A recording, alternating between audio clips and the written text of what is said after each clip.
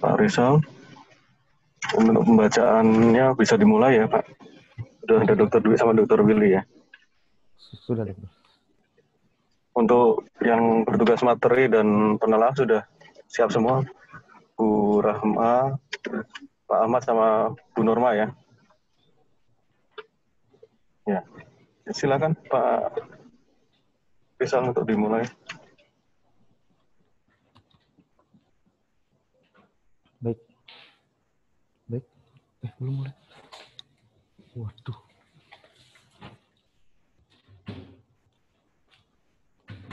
Assalamualaikum warahmatullahi wabarakatuh. Bismillahirrahmanirrahim. Rabbi shrah sadri wa yassir li amri wahlul min lisani yafqahu qawli. Baiklah, hari yang berbahagia ini saya akan membacakan tinjauan pustaka onkologi dengan judul diagnosis dan tata laksana tumor wartin pada kelenjar parotis. Sebelumnya terima kasih pada pembimbing saya Dr. Willy Yusmawan SPTKL konsultan RSMed yang telah hadir pada hari yang berbahagia ini, juga penelaah Dr. Dwi Antono SPTKL konsultan, dan juga para moderator Dr. Nur Iman Nugroho dan teman-teman sekalian daripada bagian TKL. Baiklah,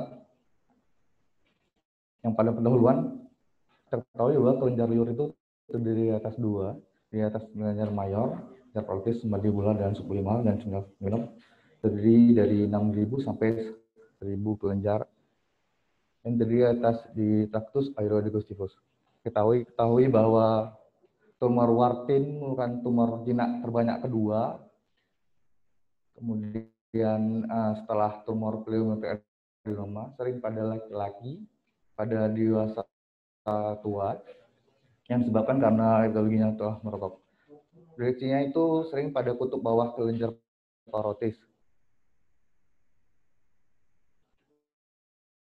Sejarahnya pertama kali dijelaskan oleh Hildebrand dan diduga sebagai kista kongenital. Pada tahun 1929, Martin mempelajari semua tumor parotis yang diobati di Universitas Michigan. Kemudian pada 1994, Martin pertama kali menggunakan istilah tumor wartin. Ini merupakan Aldred Scorewartip.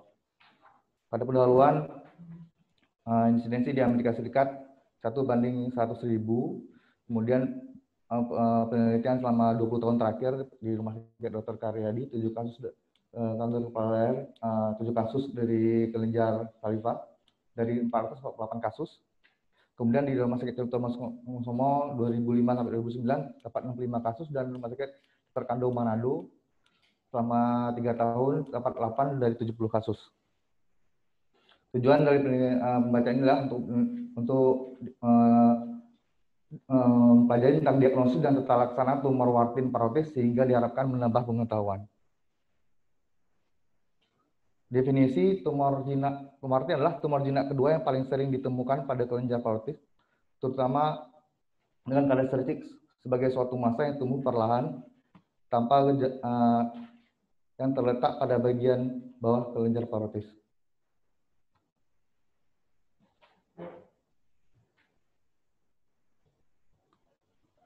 Morfologisnya terdiri dari epitel berlapis termasuk sel onkositosik yang dikelilingi oleh sel-sel basaloid yang lebih kecil dan membentuk beberapa kista struktur yang terpisah dari stroma yang matang. Ini penampilan makroskopiknya.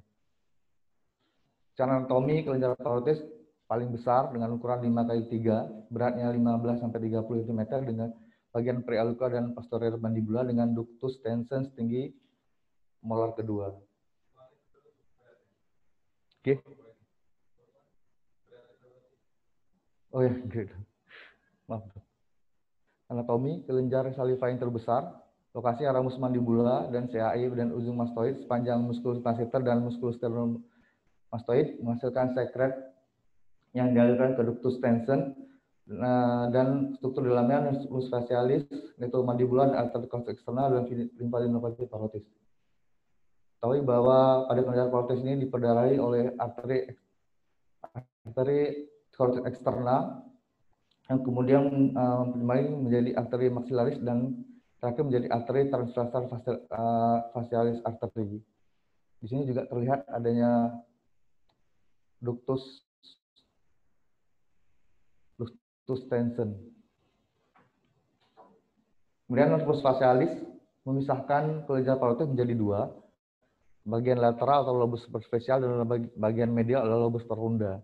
Kemudian keluar dari foramen stylomastoid berjalan di depan musculus digastricus venter posterior ke anterior menjadi temporofacialis dan cervicofacialis menjadi 5 cabang, temporalis zygomaticum, buccalis,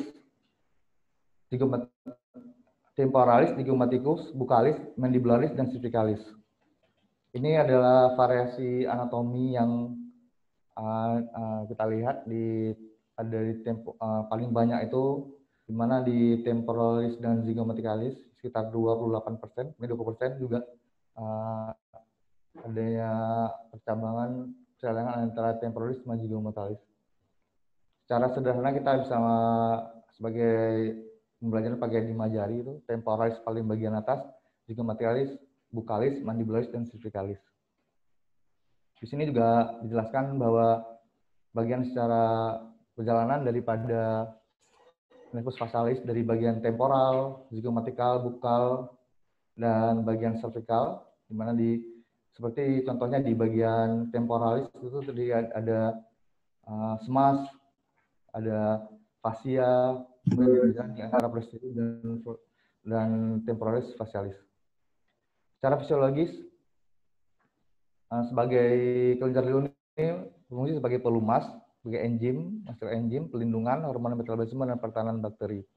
Kita ketahui bahwa etiologi sebenarnya tidak diketahui, tapi ada beberapa penelitian menyebabkan bahwa merokok sebagai penyebab utama, dan juga bisa disebabkan oleh radiasi, minum alkohol, dan Epstein-Barr.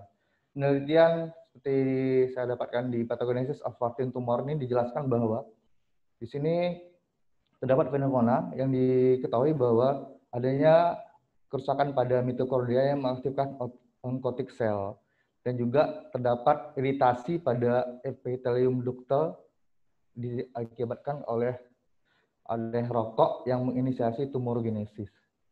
Dari studi ini dijelaskan tentang penggunaan radiasi pada survivor bom yang menyebabkan adanya Warthin tumor, dan juga ada hubungan yang kuat antara Epstein-Barr virus dengan etiologi tumor Warthin. Secara epidemiologi, mayoritas dari kelenjar parotis menduduki peringkat kedua setelah adenoma pneumonia, di mana 70% berada di kelenjar parotis. Penelitian menurut Spiro dari 2.807 kasus pada kelenjar liur didapatkan 183 kasus atau 6,5%. Sedangkan menurut Luksik dengan kawan 383 kasus tumor jinak pada kelenjar parotis didapatkan 87 kasus. Kemudian pada penelitian terbaru di New Zealand, memang itu tumor Warthin ini paling sering pada kepala laki-laki, sedangkan pada pneumonia adenoma sering terjadi pada perempuan. Ini penelitian yang terbaru yang saya dapatkan dari 2.807 pasien dengan neoplasma kelenjar liur selama 35 tahun penelitian ini. Didapatkan tumor terbanyak itu tumor pneumonia adenoma, kemudian yang kedua itu adalah tumor Warthin. Sedangkan yang terbanyak pada keganasan neoplasma itu mycoepidermoid karsinoma, dan yang kedua adenoid cystic karsinoma. Secara epidemiologi juga jelaskan bahwa yang terbanyak ini merupakan terdiri di daerah superficial. Ini penelitian dari Sagif et al. 2017 di hampir 99% di lobus superficial. Sedangkan penelitian lainnya seperti 3 penelitian ini, di mana di Chumlan et al. Di Brazil hanya 3,7% di lobus dalam. Sedangkan menurut Yu et al. Di Cina 1998 malah tidak dapat didapatkan di bagian lobus bagian dalam. Sedangkan menurut Colella di Italia, 84% pasien dari 71 kasus yang terdapat di bagian lobus bagian dalam. Pathogenesis diperkirakan perkembangan tumor pada kelenjar parotis dikatakan dari epitel yang terperangkap di dalam kelenjar getah bening. Secara ontogenik, kelenjar parotis adalah kelenjar terakhir yang menyatu. Adanya penanda dari sel B dan sel T dalam komponen limfoid pada tumor Warthin. Untuk diagnosis berdasar gejala klinis, pemeriksaan fisik, dan pemeriksaan penunjang. dengan diagnosis pasti histopatologi. Gambaran klinis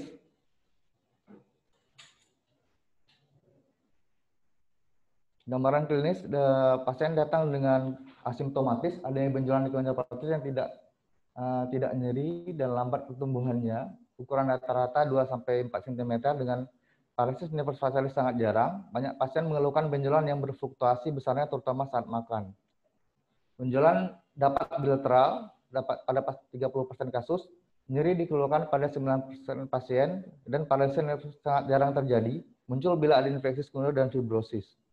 Ini contoh daripada penampilan dari kelenjar parotis di sebelah kiri, di mana ini di bagian ekor daripada kelenjar parotis. Yang ini yang di sebelah kanan. Jadi pemeriksaan fisik dapat benjolan pada angulus mandibula atau sedikit di depan atau di belakang telinga dengan konsistensi padat, kenyal, permukaan licin dan mudah digerakkan. Pemeriksaan meliputi ukuran, lokasi, mobilitas. Tentunya kalau tumor jinak ini ukurannya seperti saya sampaikan tadi 2-4 cm, lokasinya di bagian bawah daripada kelenjar parotis, umumnya di bagian superficialis, dan dia cukup mobile karena di bagian superficial dan umumnya tidak ada nyeri tekan. Jadi pemeriksaan intraoral bisa kita lakukan untuk menilai ductus tension. Kemudian kita lihat pada CAE-nya, apakah terdapat ada penyebaran dari tumor. Kemudian juga kita bisa melihat pemeriksaan fungsi dari House's-Blackman grading scale, dan juga kalau pada tumor ini biasanya tidak ada tanda-tanda paresis nervus facialis. Ini tampilan pada pasien yang saya berikan dari jurnal. Ini terdapat multiple atau bilateral daripada tumor Warthin kanan kiri, dan juga di sebelah kanan itu ada salah pemeriksaan untuk melihat daripada ductus tension di bagian molar kedua. Pemeriksaan penunjang ini ada ultrasound, CT scan, MRI, ultrasonografi, shallografi, shallow endoskopi, frozen section, PET scan, FNAB, dan histopatologi. Dengan modalitas utama itu adalah CT scan dan MRI, dan juga diagnosis pasti itu dengan histopatologi. Satu-satu kita bahas. Ultrasound ini jarang digunakan, biasanya untuk menilai klasifikasi, misalnya terdapat batu secara radiopak di ductus, atau ada tulang mandibula. Meskipun film biasa dapat diperoleh dengan cara cepat dan relatif mudah, namun nilai klinisnya terbatas. CT scan sensitivitasnya sangat baik untuk deteksi tumor, membantu dalam identifikasi erosi atau invasi tulang, memberikan informasi yang lengkap untuk menilai keganasan sebagai marker dalam operasi juga. Sedangkan MRI itu merupakan modalitas pencitraan pilihan yang utama, lebih unggul dari CT scan dalam diferensi jaringan lunak, invasi ke dalam jaringan dan infiltrasi ke susum tulang, dan penyebaran secara tumor perineal lebih baik, menunjukkan internal dari arsitektur tumor kelenjar ludah dan berbagai irisan, dan menggambarkan perbedaan antara tumor dan kelenjar ludah yang normal. Seperti tumor jinak cenderung memiliki margin yang jelas, tapi secara umum memang tidak bisa memberikan diagnosis histologis secara spesifik. Tapi dari beberapa literatur yang saya baca, sinyal MRI itu bisa menunjukkan diagnosis tertentu. Misalnya pasien yang cenderung parotis yang tumor Warthin biasanya sifatnya bilateral. Sedangkan yang ketiga,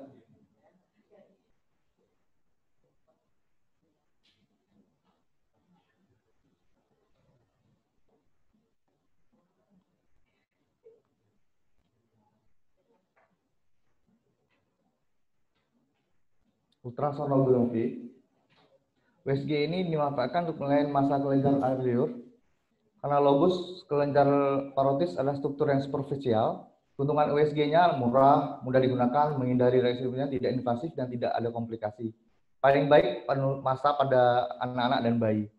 Tapi memang kelemahannya tidak bisa menilai pada lobus yang bagian dalam. Bisa dikombinasi dengan biopsi untuk menilai untuk pemanduan daripada FNAB. Sedangkan pada PET scan ini jarang digunakan Karena tumpang tindih dengan tumor wartin, biasanya tumor wartin ini juga punya metabolisme yang tinggi, di mana di sini adanya peningkatan daripada aktivitas dari PET scan itu tersebut dengan penggunaan, tapi secara penggunaan dengan CT scan dan MRI, bahkan pemeriksaan klinis sudah memiliki tingkat akurasi yang tinggi, di mana PET scan ini mahal. Shallografi, dia untuk anatomi duktus dari kedua kelenjar parotis, prosedur yang invasif, di mana bahan kontras radiopat disuntikkan ke ductus tension dari kelenjar parotis. Perbandingannya, setelah dibandingkan lebih baik menggunakan CT scan atau MRI. Shallografi ini penting untuk membedakan antara beberapa kasus cellulitis subakut, kronis, atau penyakit autoimun. Sedangkan FN biopsi aspirasi jarum ini dilakukan untuk pemeriksaan yang cukup akurat. Pengambilan tergantung pada klinikopatologis yang penting, di mana bisa digunakan dengan USG dengan panduan yang lebih baik. Biopsi ini menawarkan beberapa fitur termasuk kemampuan untuk mendapatkan diagnosis pasti neoplasma dan untuk membantu konseling praoperasi mungkin luasnya pembedahan, waktu pembedahan, dan penggunaan studi-studi imaging yang lain. Sedangkan shallow endoskopi ini penggunaan serat optik yang bernilai kecil untuk diagnosis kelainan pada ductus. Biasanya kelenjar ludah yang membengkak, ada indikasi batu, kemudian adanya sumbatan. Alat yang digunakan biasanya untuk adanya batu, parotitis, atau penyakit autoimun, atau bisa dalam gambar ini untuk ekstraksi daripada batu dari kelenjar ludah atau selulit. Dan frozen section, pemeriksaan ini untuk setelah didapatkan jaringan tumor, kemudian dilakukan pemeriksaan frozen section untuk menentukan besarnya lokasi yang akan dibedah. Merupakan cara diagnosis yang lebih spesifik karena mempunyai kemampuan membedakan antara kasus jinak dan kasus yang ganas. Histopatologi merupakan dasar penegakan diagnosis yang rasional dari tumor kronis, di mana tumor wartin ini dilapisi oleh kapsul tipis, kistik, solid, terdiri dari komponen epitel dan komponen limfoid. Histologi, kita ketahui bahwa tumor wartin ini salah satu daripada kelompok dari bagian dari epitel. Tata laksananya bisa dilakukan dengan pengangkatan parodektomi parsial, superficial, dan total, di mana parsial pengangkatan pada lobus inferior, bagian etor, pengobatan pilihan dengan langkah-langkah yang sama dengan dijelaskan dengan prosedur parodektomi superficial. Sedangkan parodektomi superficial adalah pengangkatan lobus superficial parotis di sebelah lateral nervus facialis. Sedangkan yang total, mengangkat seluruh kelenjar parotis beserta tumornya. Indikasi ini tumor yang recurrent, tumor jinak lobus profunda, dan tumor ganas parotis yang terlambat dengan derajat keganasan yang tinggi. Ini jenis sayatan bisa dilakukan dengan Blair incision atau facelift, di mana untuk lokasi tumor tidak ada pembatasan, sedangkan facelift biasanya pada lobus posterior dan lobus profunda yang kecil. Kelebihannya eksesinya secara Blair bisa secara luas, memungkinkan pada eksesi yang leher, sedangkan pada facelift kelebihannya eksesinya luas, juga luka bisa terkamuflase karena dia bisa tutupi oleh rambut. Keterbatasannya lebih panjang, luka yang lebih terlihat. Kemudian pada keterbatasan pada facelift hanya untuk tumor jinak di sisi leher terbatas. Sedangkan untuk identifikasi nervus facialis, landmarknya kita bisa lihat di sini ada digastricus posterior belly, kemudian juga ada musculus SCM, kemudian juga ada facial nerve, ada digastricus, musculus digastricus, struktura tympanomastoid, ada tragal pointer. Ini kita lihat ada tragal pointer, kemudian ada nervus facialis, truncus nervus facialis. Untuk identifikasi, di sini jelaskan ada untuk melihat ada main trunk. Ini terdiri atas dua, cervicofacial branch dan zygomaticotemporal branch. Langkah-langkah operasi, yang pertama itu dilakukan insisi seperti ini, insisi Blair atau lazy S. Kemudian kita identifikasi, kemudian kita buka sedikit-sedikit untuk mencari alat identifikasinya, kemudian dilakukan elevasi untuk melihat daripada nervus facialisnya, kemudian kita elevasi sesuai dengan identifikasi daripada nervus facialis, kemudian pengangkatan daripada nervus facialis, kemudian terakhir operasi tutup dan dilakukan pemasangan tampon. Tata laksana berdasarkan NCCN, ini saya dapatkan oleh NCCN 2018 untuk tumor jinak, itu berdasarkan histori dan pemeriksaan fisik, kemudian juga pilihannya CT scan atau MRI, kemudian juga bisa dilakukan FNAB. Kemudian kalau tumor yang jinak, itu bisa dilakukan dengan complete resection, sedangkan kalau jinak itu kita evaluasi dengan secara klinis. Ini alur tata laksana yang saya dapatkan dari jurnal terbaru tahun 2018 di Korea. Ini di sana dilakukan penelitian pada 218 pasien dengan parotis tumor, kemudian dilakukan CT scan dan FNAB. Kalau dicurigai ada tumor Warthin, maka dilakukan pada bagian ekornya dilakukan partial paridektomi, dan pada superficial dilakukan superficial paridektomi, kan pada lobe dilakukan total paridektomi. Komplikasinya bisa menyebabkan fistula, scar, paralysis nervus facialis, bisa menyebabkan perdarahan, Frey syndrome, seperti ini, kemudian scar dan keloid. Komplikasinya ada yang early atau late, seperti paralysis nervus facialis, perdarahan, infeksi, trismus. Frey syndrome, yang late itu Frey syndrome, cosmetic angioplasty, dan defisit jaringan lunak, scar dan keloid. Dengan yang sebanding, yang paling sering itu disebutkan adalah diagnosis banding itu karena ada kejinak yang lain seperti perinephric adenoma. Perinephric adenoma ini bisa kita lihat dengan adanya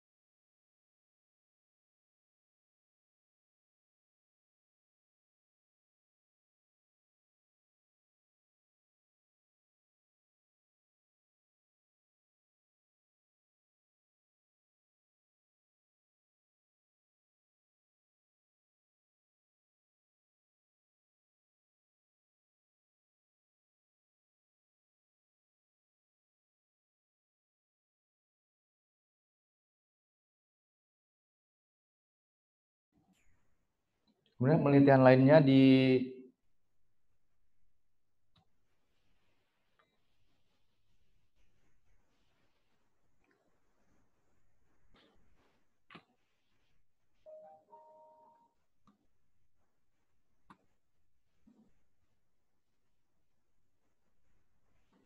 250 pasien yang dilakukan paridektomi, terdapat 70 pasien di mana pada follow up ini hanya terdapat 1 pasien yang relapse pada tumor Warthin.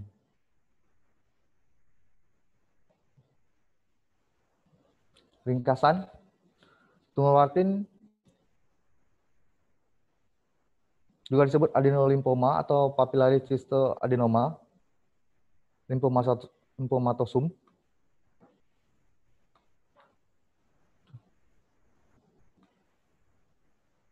Adalah tumor jinak dari kelenjar parotis terbanyak kedua setelah perinephric adenoma.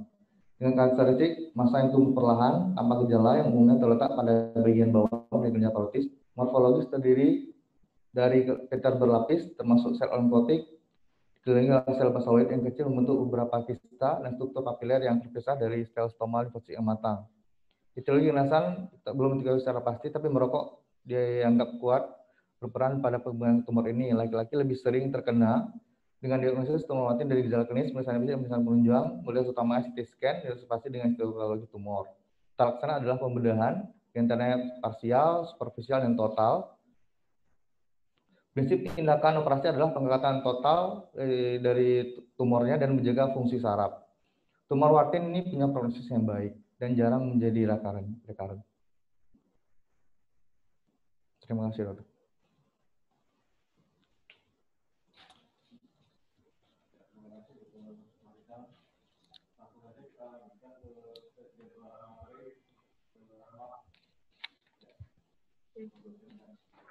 Baik, Assalamualaikum warahmatullahi wabarakatuh.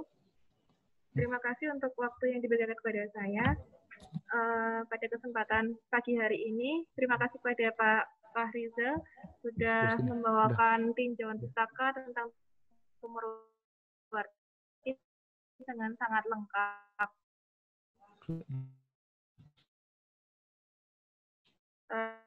Ada beberapa yang pemeriksaan prognosis tadi kan hanya disebutkan.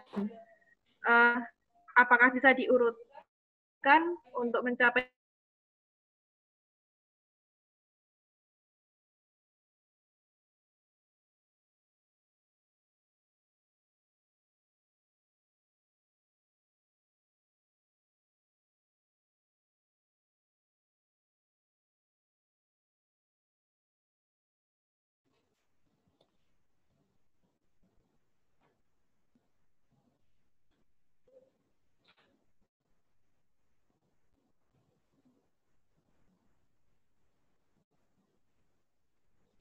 Langsung jawab.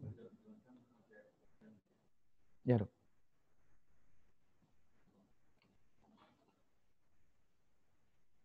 Baik, terima kasih atas. Belum.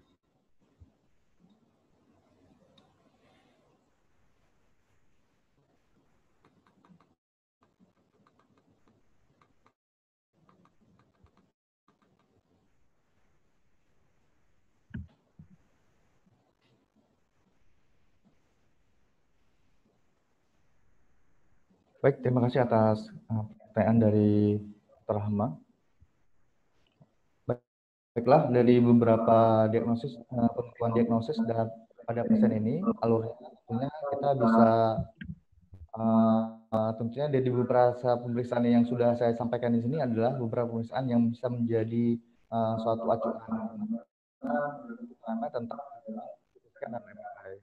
Di sini saya mendapatkan bisa kita ambil acuan dari pemeriksaan dari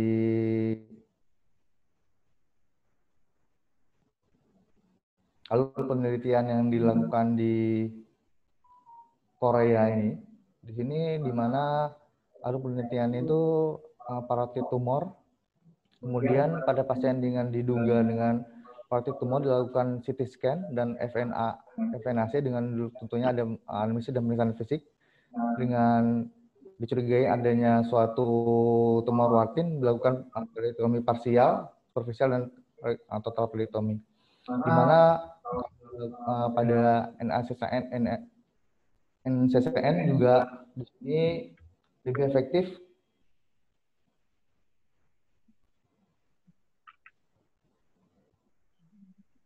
di NCCN di sini para pasien dengan sini work up-nya nih ada histori perjalanan fisik, kemudian juga bisa pilihan antara CT scan dengan kontras atau MRI, kemudian dilanjutkan dengan FNAB. Kemudian dilanjutkan misalnya pasiennya dengan clinical benign itu bisa dilakukan tindakan total complete surgical resection. Kemudian jika dia benign itu bisa follow up dengan clinical indicated.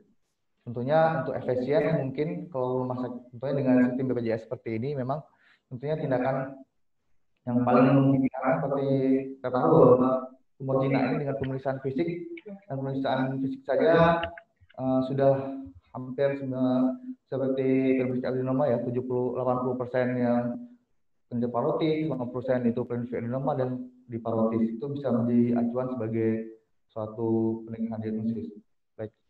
Kemudian yang kedua, perbedaan antara pemeriksaan adenoma dengan tumor Warthin ini bisa kita lihat di tabel di sini, tipenya itu sama-sama jinak. Kalau insidennya terbanyak kedua pada pasien tumor Warthin dengan insiden 6-10%. Sedangkan pemeriksaan adenoma terbanyak yang pertama 80% dengan gender pada pria pada tumor Warthin. fenomena normal pada wanita, etiologinya pada tumor Martin itu umumnya itu rokok, sedangkan misalnya tidak diketahui. Kalau lokasi tumor superficial bilateral, sedangkan pada normal superficial dan unilateral dengan histopatologis yang saya jelaskan sebelumnya dengan prognosisnya. Kalau tumor Martin ini saja dengan demikian.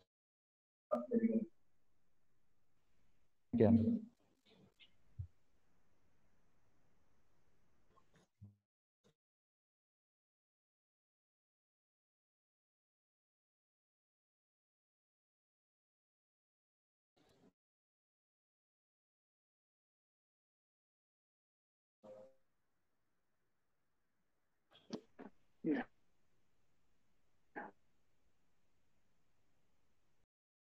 Ter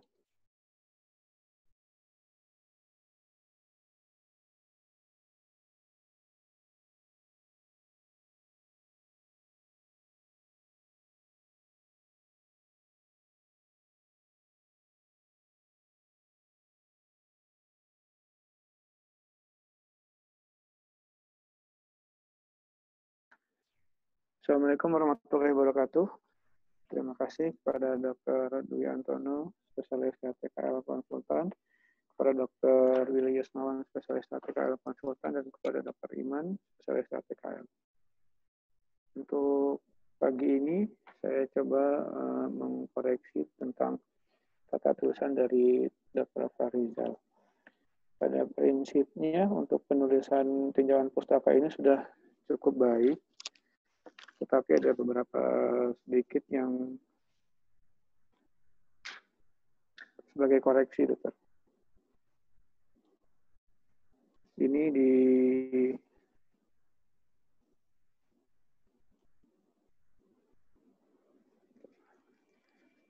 di halaman 7.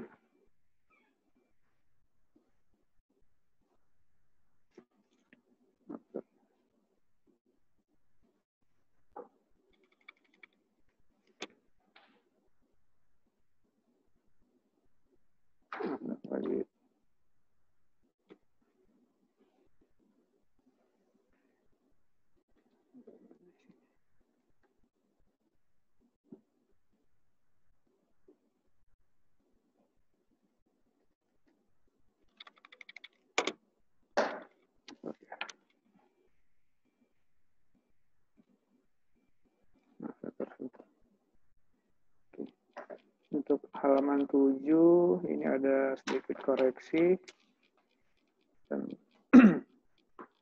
untuk penulisan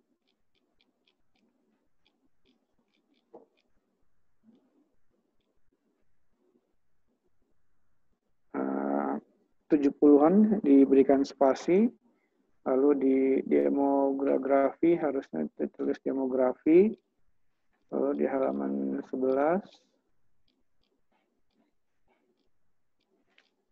ini ada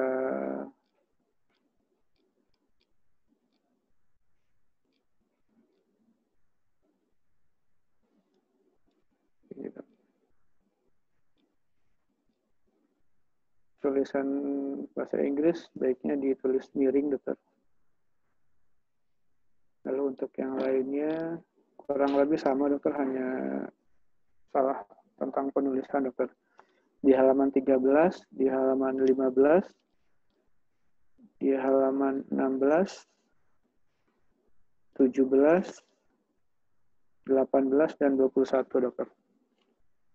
Untuk koreksinya sudah saya masukkan di tulisan, dokter. Sekian koreksi dari saya, dokter. Terima kasih. Assalamualaikum warahmatullahi wabarakatuh.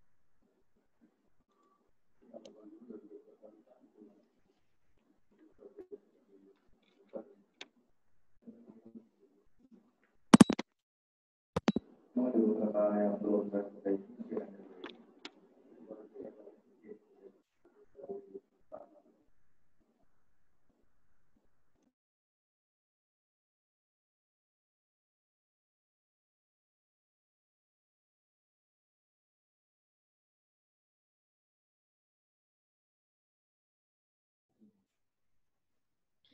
Assalamualaikum warahmatullahi wabarakatuh. Terima kasih dokter atas kesempatannya.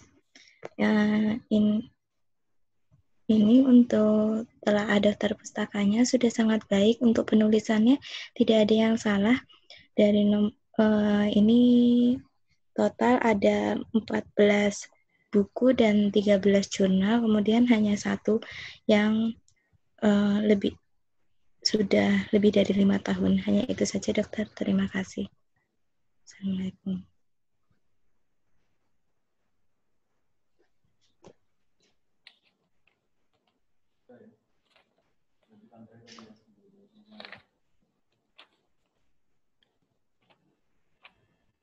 Mohon izin dok, ini karena memang saya mengambilnya karena berdasarkan insiden dokter. Jadi memang harus insiden ini pada ini memang di atas 2006 karena memang insiden itu yang pada 20 tahun terakhir dok.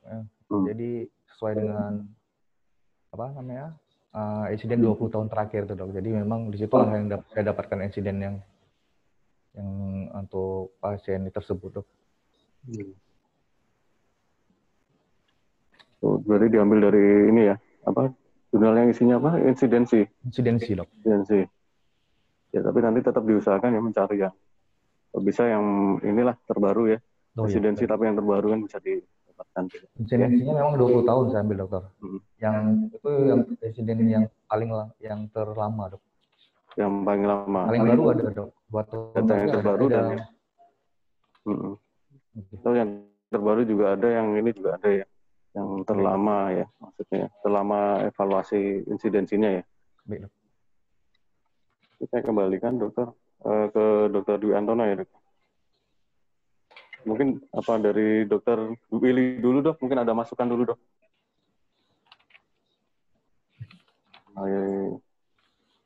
Jangan pustaka.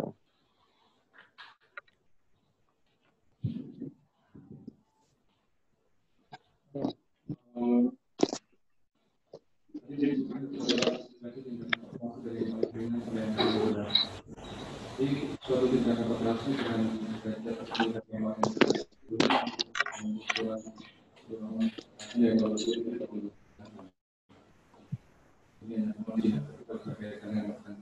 klasifikasi yang dibuat tadi kurang lengkap, ya kan? Ini kalau yang secara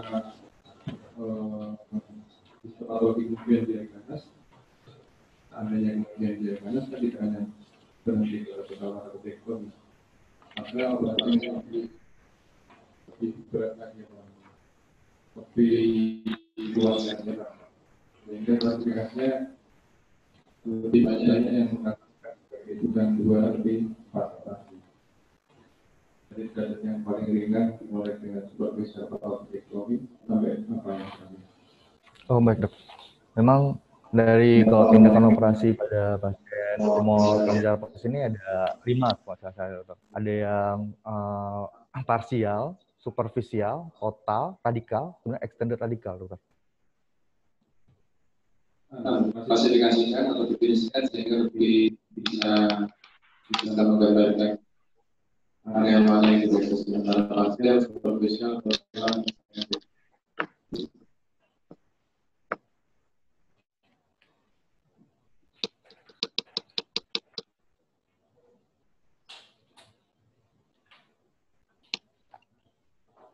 Baik dok. Kalau superficial ini biasanya pada kelenjar parotis yang di bagian lateral dokter dengan indikasi merupakan tumor jinak atau tumor ganas yang bagian superficial yang low grade dokter. Sedangkan pada total ini di lokasinya lokasi superficial lateral atau profunda itu indikasinya untuk pasien yang jinak, ganas, profunda dan low grade. Sedangkan radikal lokasi yang diangkat itu superficial, profunda, nervus facialis, nervus musculus masseter, rumus mandibularis dengan indikasi ganas, infiltratif mengenai struktur sekitarnya dan minimal. Sedangkan extended radikal, superficialis, profunda, nervus tujuh, organ sekitar termasuk zygomatikus, kulit, pipi, dan os mandibula. Indikasinya ganas, infiltratif luas mengenai struktur di sekitar yang luas. Belum dok.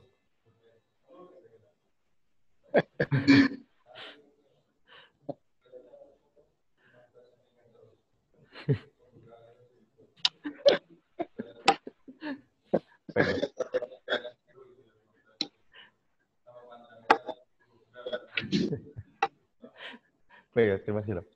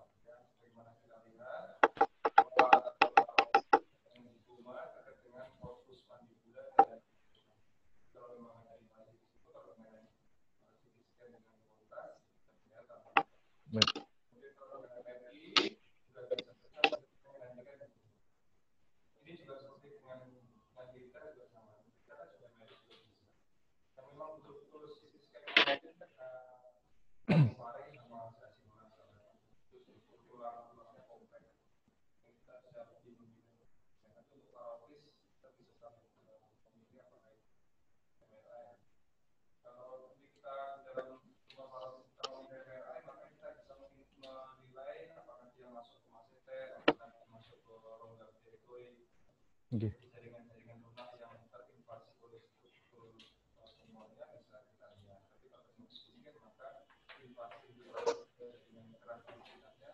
Ya, terlihat.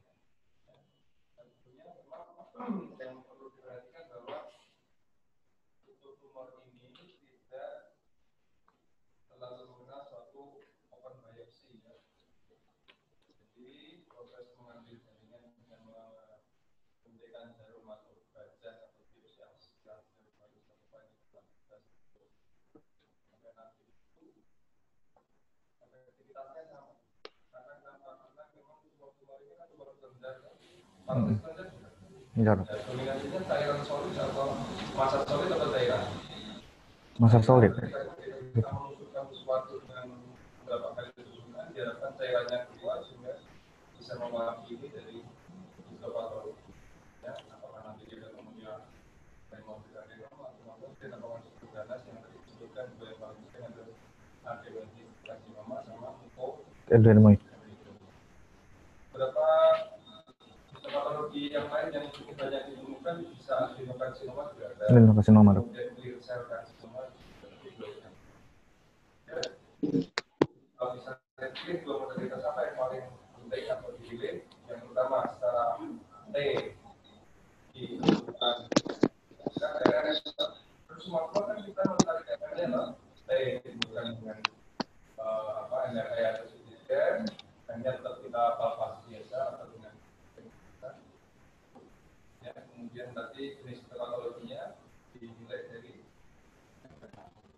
persepsi atau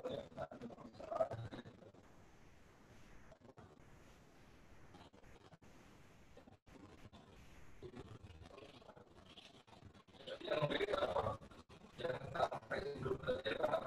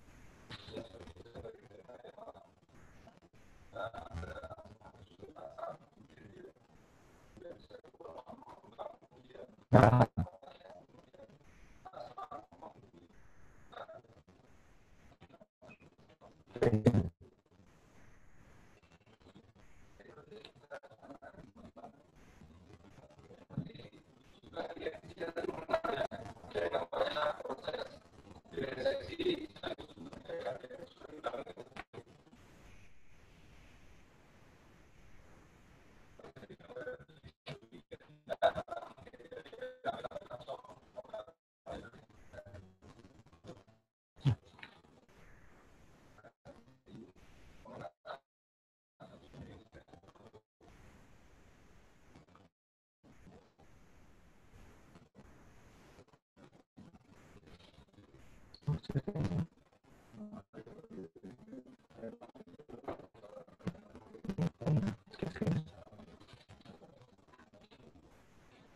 terima kasih. Ya, sudah cukup lengkap. Coba lihat slide-mu awal-awal tadi.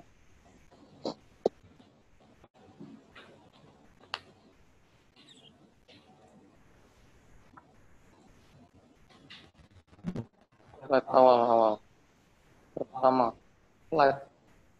Ya dok, lagi naik dok.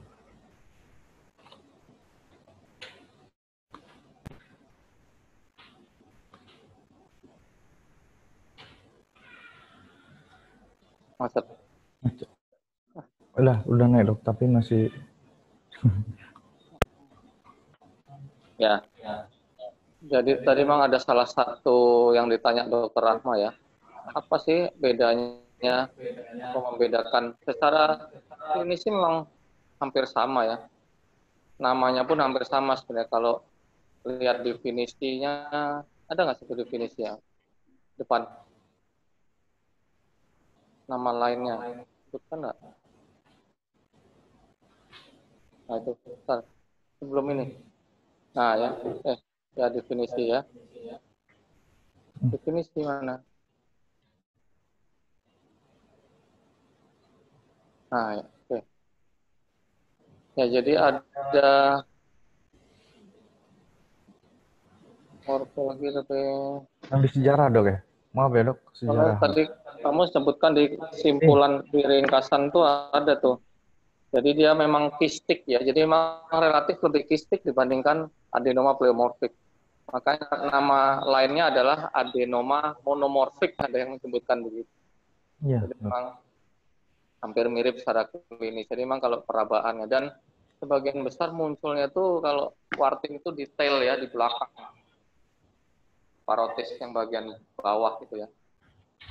Detailnya itu yang sebagian besar, sehingga terapi pilihannya memang parsial ya.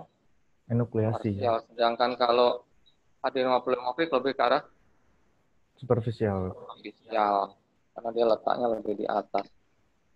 Cuma tadi memang harus dituliskan apa yang kata Dr. Willy, jadi secara operasional, sistematik, cara mendiagnosisnya harus beruntun gitu ya. Jadi sehingga kita bisa tahu, karena memang tumor ini hampir sama. Dan memang salah satu cara mendiagnostiknya adalah dengan FNAB atau FNAC katanya. Jadi dengan sitologi aja kita melihat dia itu sebenarnya apa sih. Sudah cukup untuk nanti memastikan dia kita melakukan tindakan apa ya, selain melihat lokasi tumor dengan CT scan. Memang selama ini CT scan lebih pas, tapi bisa saja kita kombinasi dengan MRI. Kemudian apalagi tadi ya, juga harus kamu tulis tadi secara detail juga batas-batasnya ya antara yang struggle point. Kamu tadi hanya cerita gambar, tapi harus kamu sebutkan batas tepinya apa, sehingga nanti itu sebagai landmark untuk, karena dia jangan sampai cedera nih karena jinak, jangan sampai habis operasi terus parese kan ya. Jadi penting sekali anatomi lokasi dari main trunk ya, atau struggle point ya, tadi disebutkan batasnya posterior apa, inferior apa gitu ya, itu disebutkan ya, betul-betul ini menjadi panduan ya. Kemudian ya tadi operasi ya, memang belum kamu sebutkan. Jadi nggak usah operasi yang lain, operasi khusus untuk wartin itu apa saja pilihannya. Nah ya itu yang diterangkan. Yang lain-lain sih tambahan, karena kan yang lainnya sebagai, apalagi yang extended itu kan untuk yang ganas. Karena tumor wartin hampir tidak pernah ditemukan ganas ya, sangat jarang. Walaupun ada untuk wartin. Kalau adenoma pleomorfik bisa. Terus komplikasi, paling tidak kamu jelaskan lah, pre-sindrom itu apa. Ya. Sehingga kita bisa, karena yang terbanyak komplikasi operasi paroidektomi adalah pre-sindrom ya kan, selain parese ya. Tapi parese itu kalau kita memahami anatomi atau tindakan superficial atau partial jarang sekali sampai pares. Tapi phrase syndrome-nya hampir selalu terjadi. Jadi terpotongnya atau reinervasi lah ya, cabang dari apa itu temporoauricularis ya. Itu nanti dijelaskan sedikit lah, yang bisa tahu. Terus apa lagi?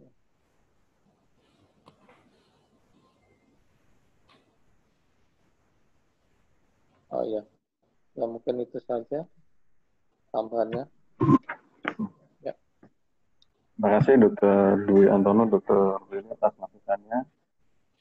Mungkin dari residen ada yang mau ditanyakan terlebih dahulu sebelum kita tutup pembacaan ini, baik yang di lantai 3 maupun di luar lantai 3.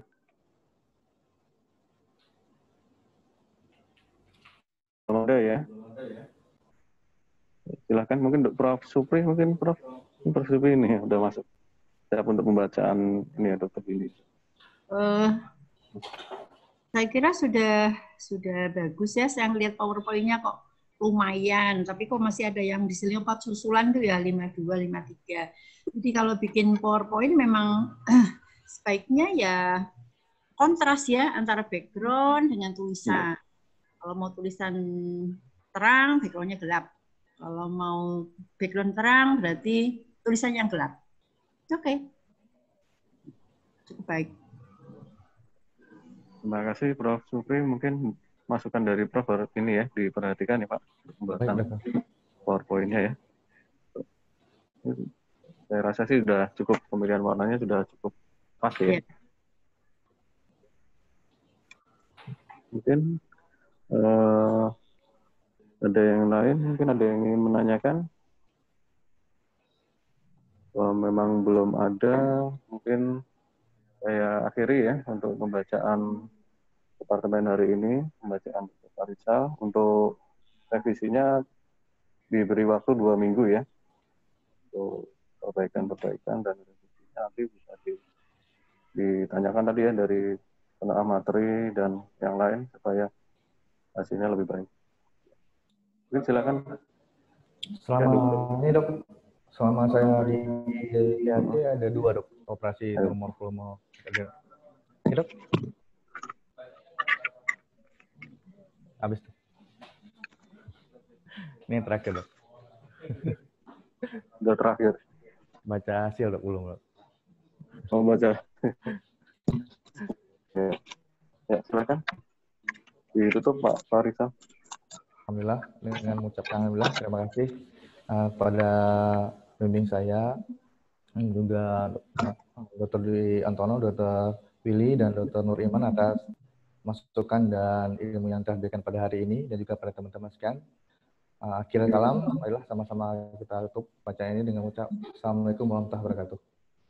Waalaikumsalam warahmatullahi wabarakatuh. Syukuran.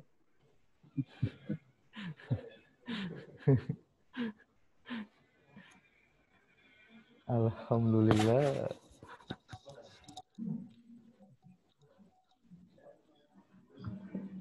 Sudah mau balik ke Aceh ya?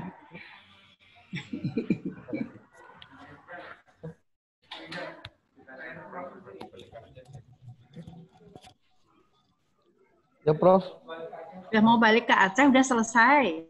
Insya Allah Prof. Tapi di sana belum diterima Prof. Banyak kasus COVID juga yang baru-baru. Terima kasih Prof. Atas arahannya Prof.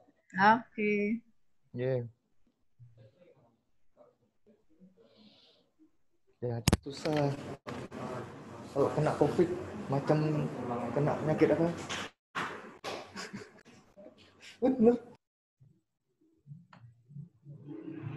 Katanya lagi habis ya reagennya.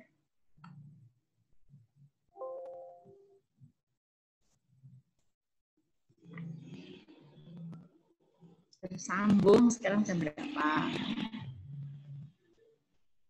5:04 kurang 6 menit. Ya, Assalamualaikum. Assalamualaikum, Prof.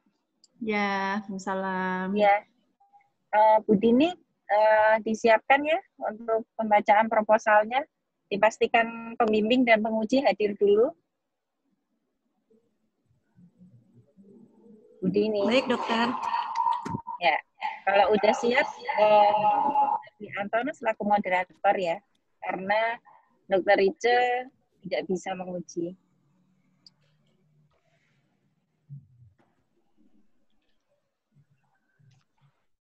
Udah.